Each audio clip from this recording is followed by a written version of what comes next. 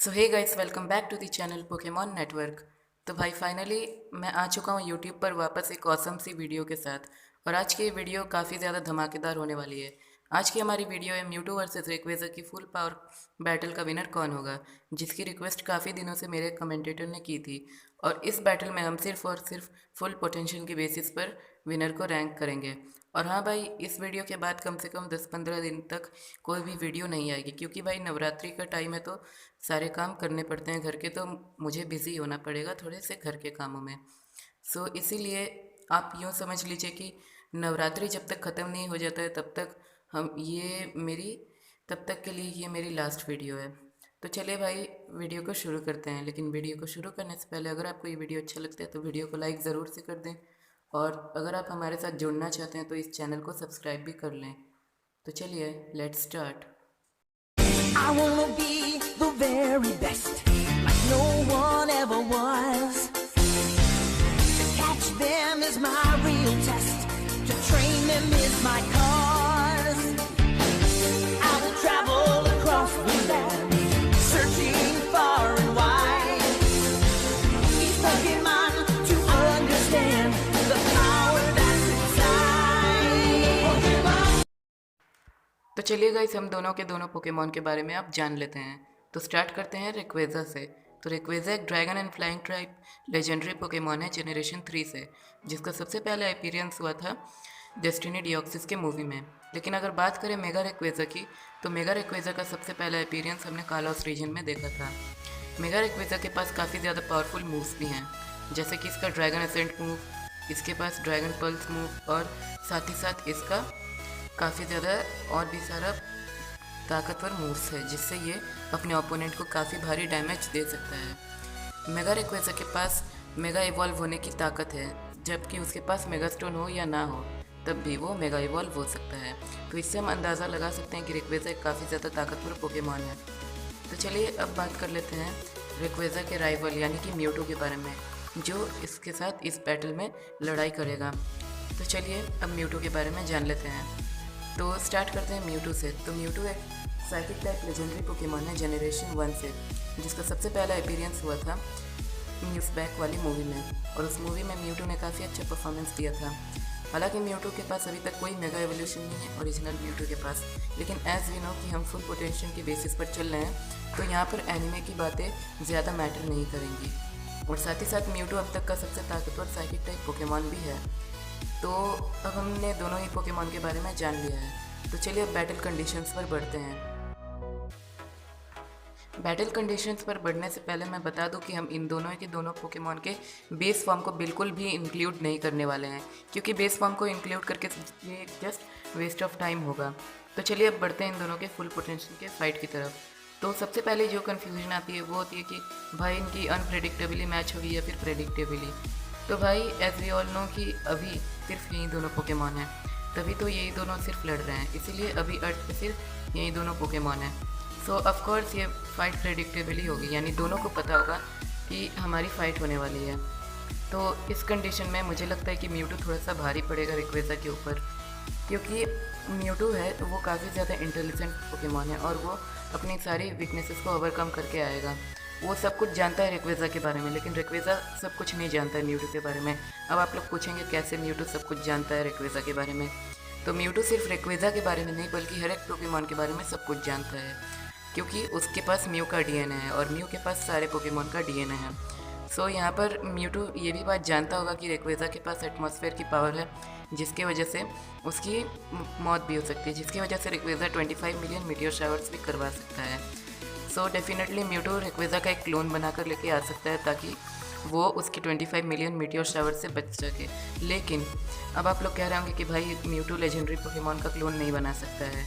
तो मैं जानता हूँ म्यूटू लेजेंडरी पोकेमॉन का क्लोन नहीं बना सकता है तब तक जब तक कि वो अपने पोकेबॉल में म्यूटू बॉल में लेजेंडरी पोकेमॉन को कैच ना कर ले। और हमें ये बात मालूम है कि म्यूटू अपने म्यूटू बॉल में लेजेंडरी पोकेमॉन्स को कैच नहीं कर सकता है। तो इसी बात के लिए यहाँ पर म्यूटू आप लोग कहेंगे कि म्यूटू रेक्वेज़ा का क्लोन नहीं बना सकता है। लेकिन अगर आपने म्यूटू स्ट्राइक्स बैक मूवी सही से देखी है तो आपको एक सीन दिखा होगा जहाँ पर मियाउथ को बिना क्लोन बॉल में म्यूटू बॉल में कैप्चर किए म्यूटू उसके म्यूटू की मशीन उसकी सिर्फ 3 बालों को लेकर उसका क्लोन बना देती है। यानी कि म्यूटू को भी रेक्वेज़ा का एक डीएनए चाहिए होगा।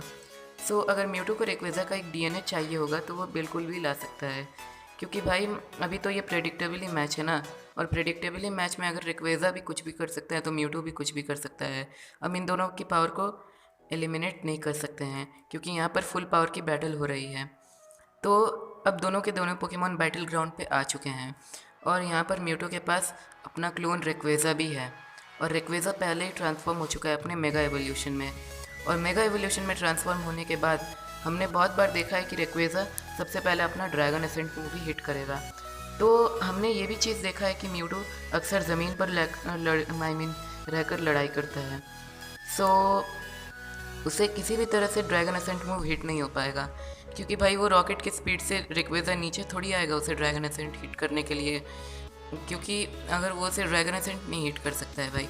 और अगर कर भी दे तब भी म्यूटो के पास टेलीपोर्टेशन की पावर है, और वो पहले समझ भी सकता है कि रेक्वेज़ा क्या करने वाला है। तो इसीलिए म्यूटो टेलीपोर्ट भी होकर बच सकता है, और उसकी स्पीड भी ज़्यादा है। तो यहाँ पर म्यूटो ने रेक्वेज़ा का ड्रैगन एसेंट मूव नाकाम कर दिया है। लेकिन अगर रेक्वेज़ा यहाँ पर बादलों में छिप जाए तो यहाँ पर म्यूटो के लिए दिखती है, और यहाँ पर रेक्वेज़ा का कोई सा भी मूव म्यूटो के लिए बहुत ही भारी पड़ेगा। लेकिन मैं आप लोगों को एक बात बता देना चाहूँगा, आप लोग कहेंगे कि नहीं भाई नहीं, म्यूटो रेक्वेज़ा क्लोन रेक्वेज़ा की मदद से उसको पता लगा लेगा, आई मीन रेक्वेज़ा कहाँ पर है उसका पता लगा लेगा। लेकिन भाई म्यूटो ऐसे भी पता लगा सकता है कि वो अपनी साइकिक वेव्स को यूज़ करके ये भी पता लगा सकता है कि रेक्वेज़ा कहाँ से अटैक कर रहा है, और वो ठीक उसी जगह पर अटैक कर सकता है या फिर करवा भी सकता है क्लोन रेक्वेज़ा से। तो अब रेक्वेज़ा के पास सिर्फ एक और पावर बची है, वो है कि रेक्वेज़ा 25 मिलियन मीटियोर शावर्स को आई मीन पूरी तरह से एटमॉस्फेयर को ख़त्म कर दें। तो अगर एटमॉस्फेयर को वो ख़त्म कर देता है तो 25 मिलियन मीटियोर शावर से म्यूटो को बचाने के लिए उसका क्लोन रेक्वेज़ा भी होगा उसके साथ। सो डेफिनेटली म्यूटो यहाँ पर बच जाएगा। लेकिन अगर यहाँ पर एटमॉस्फेयर ख़त्म हो गया तो म्यूटो मर जाएगा। अब आप लोग पूछेंगे कैसे भाई, यहाँ पर तो म्यूटो के पास अपना क्लोन रेक्वेज़ा भी है, तब वो कैसे मरेगा?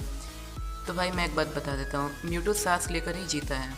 अब आप लोग कहेंगे नहीं भाई नहीं, तुमने ही तो क्लियर किया था कि म्यूटो सांस नहीं लेता है। तो हाँ भाई, मैंने क्लियर किया था कि म्यूटो सांस नहीं लेता है, लेकिन वो सिर्फ जस्ट मांगा में था।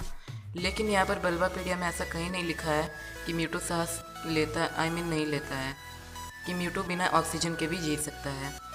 सो मुझे लगता है कि यहाँ पर म्यूटो सांस नहीं ले पाएगा, और हमें ऑलरेडी एनीमे में देखने को मिला है कि म्यूटो यहाँ पर सांस नहीं ले पाता है और वो नीचे गिर जाता है। और अब आप लोग में से कुछ लोग कहेंगे कि भाई अभी तो उसके पास क्लोन रेक्वेज़ा है ना, तो वो जीत सकता है।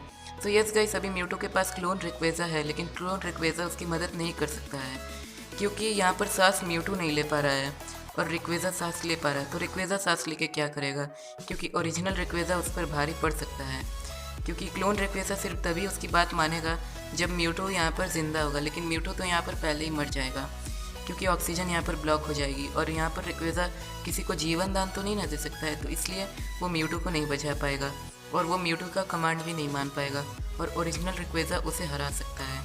सो यस गाइस, इस बैटल का विनर रेक्वेज़ा होगा।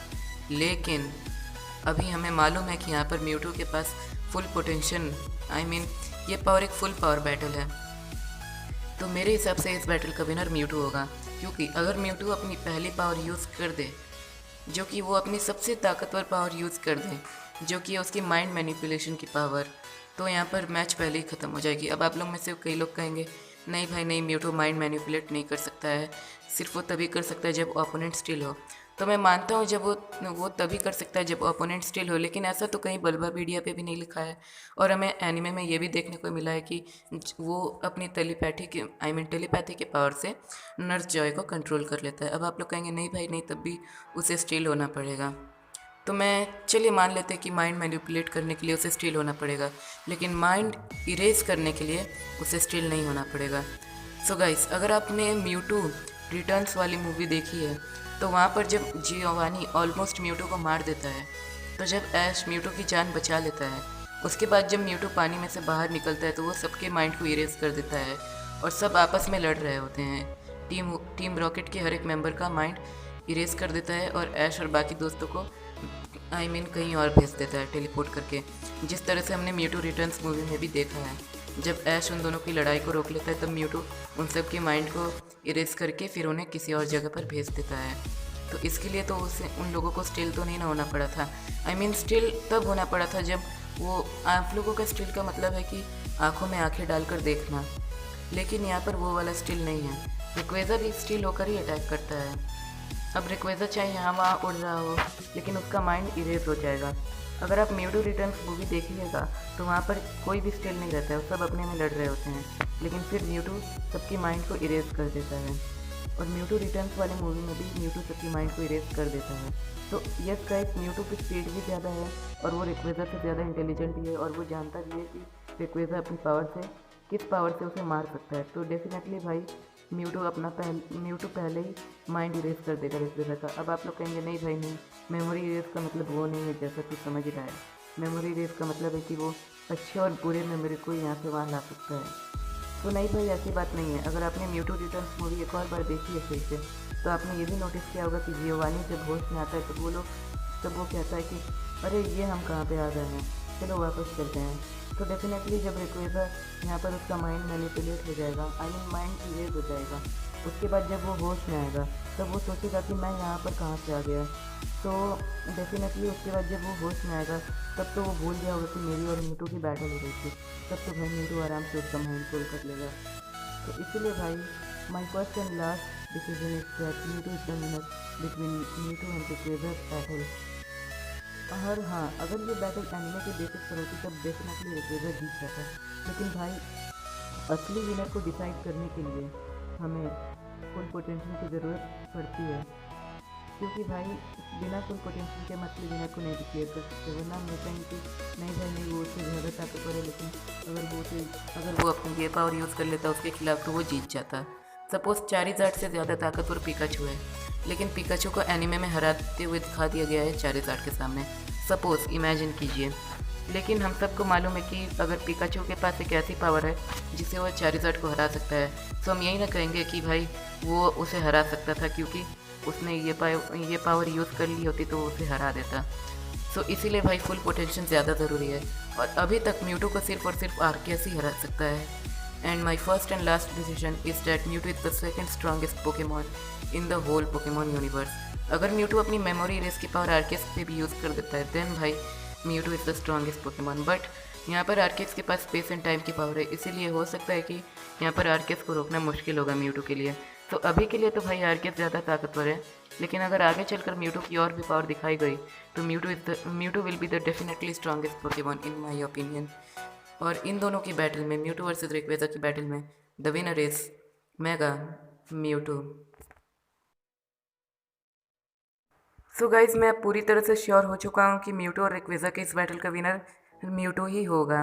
वेल, आपका इस बारे में क्या सोचना है मुझे कमेंट करके ज़रूर बताएं। और हाँ गाइज, मैं एक बात आप लोगों को बता देना चाहूँगा कि अगर आप लोगों को ये लग रहा है कि मैंने रिक्वेज़ा की डेल्टा स्ट्रीम को कंक्लूड नहीं किया, तो भाई कंक्लूड करके भी कोई फ़ायदा नहीं है, क्योंकि म्यूटू उसका माइंड पहले ही इरेज कर देगा। तो रिक्वेज़ा अब चाहे कोई सी भी पावर यूज़ कर ले वो म्यूटू को नहीं हरा सकता। वेल, अगर आपके ओपिनियन में रिक्वेज़ा विनर है तो प्लीज़ भाई उसके साथ आप एक रीज़न भी देना, क्योंकि भाई बस आप ये मत लिख देना कि रिक्वेज़ा इज़ विनर। अगर आप कोई एक रीज़न दोगे तब मुझे लगेगा कि हाँ भाई हाँ रिक्वेज़ा विनर है, तब आप लोगों के लिए मैं रिक्वेज़ा को विनर डिक्लेयर कर सकता हूँ, अगर वो रीज़न वैलिड होगा तब। वेल, चलिए आज की वीडियो बस यहीं तक। वीडियो अच्छी लगी हो तो वीडियो को लाइक कर दीजिएगा, और चैनल पर पहली बार आए तो सब्सक्राइब कर लीजिएगा। और भाई नवरात्रि के बाद तक ही मैं वीडियो अपलोड करूँगा, और वैसे भी आज मेरा डाटा पैक का लास्ट दिन है, सो इसीलिए भाई मैं अब नवरात्रि के बाद ही वीडियो अपलोड करूँगा। और हाँ, आप लोगों के लिए एक पोके क्विज़ भी है। सो वेल, आज पहला दिन है पोके क्विज़ का, तो मैं एक सिंपल सा पोके क्विज़ पूछ रहा हूँ। तो सबसे पहला मेगा इवॉल्व हुआ नन लेजेंडरी पोकेमॉन कौन सा है? अगर आपने कालोस रीजन का हर एक एपिसोड सही से देखा है तो आपको मालूम होगा कि सबसे पहला mega evolve non legendary Pokemon कौन सा है।